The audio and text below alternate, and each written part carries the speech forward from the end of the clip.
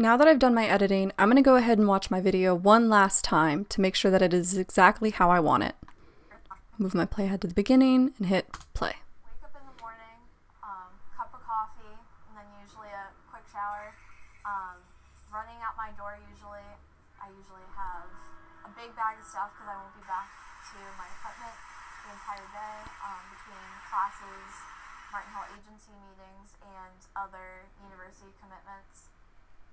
So for what I need, that looks good, and I think I'm ready to export. First, I want to make sure that my timeline window is highlighted.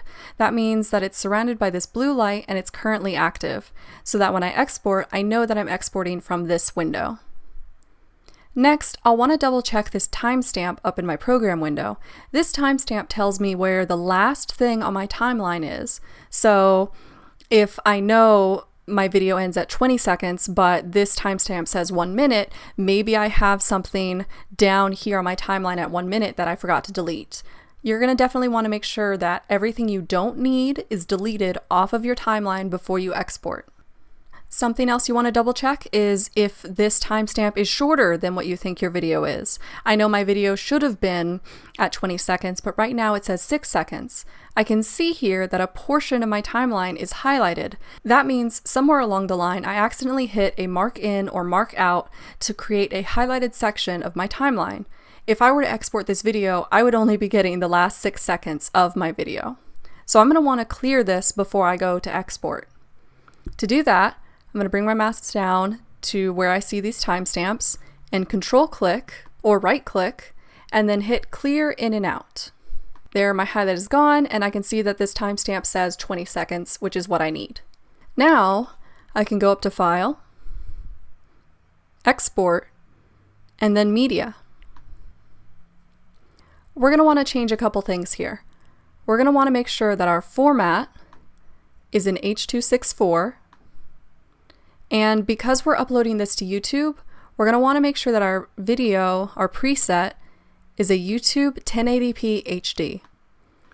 Depending on the type of phone you have, you may have shot in a higher resolution than 1080p. If that's the case, we recommend that you just go match source high bitrate or match source medium bitrate. Next, I want to make sure that this video is going to be saved in the right folder. So here under Summary, I'm going to go to Output and see that it is going to be saved in my desktop in the Eddie Video 1 folder, and this is the name it's going to be saved as, laureninterview.mp4. By choosing the format H.264, I know that my output file is going to be an MP4. If this name is not what I want, I can click on my output name and change it up here. I'm actually going to do that. I'm going to add an underscore final so that I know this is my final edit. In this window, I can also double check that this is going to be saved in the right folder. I'll go to my desktop, select the folder I want, and by selecting that, I know that it'll be saved there. So I'm going to hit save. And finally, for the last time, I'm going to come down here and check this timestamp to make sure it is exactly what I want. Now I can go and hit export.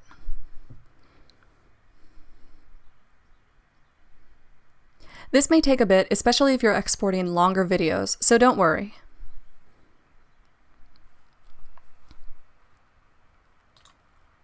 Now that that's done exporting, let's quickly save our project and then close out of Premiere Pro. I can see up here this asterisk tells me that my project is not saved, so I'm going to go over to File and save my project. I can see here that the asterisk is gone, so I can safely close out of Premiere. Now in my folder, I can see my Premiere project, all my original videos, and then my final video that I just exported.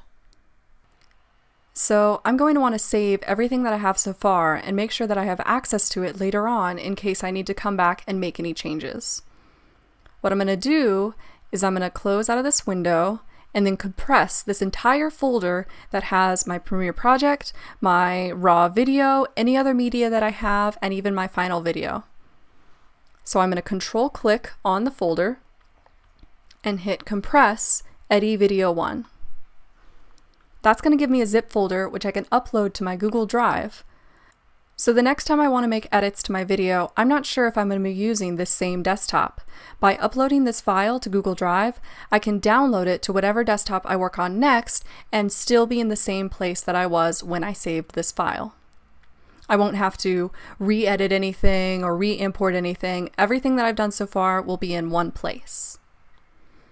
So I've got my zip here.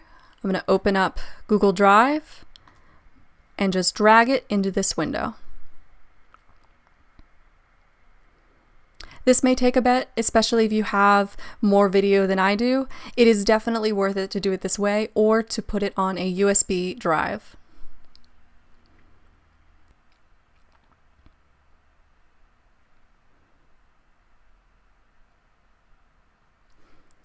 So my upload is complete and I can now see my zip folder with all of my files in it.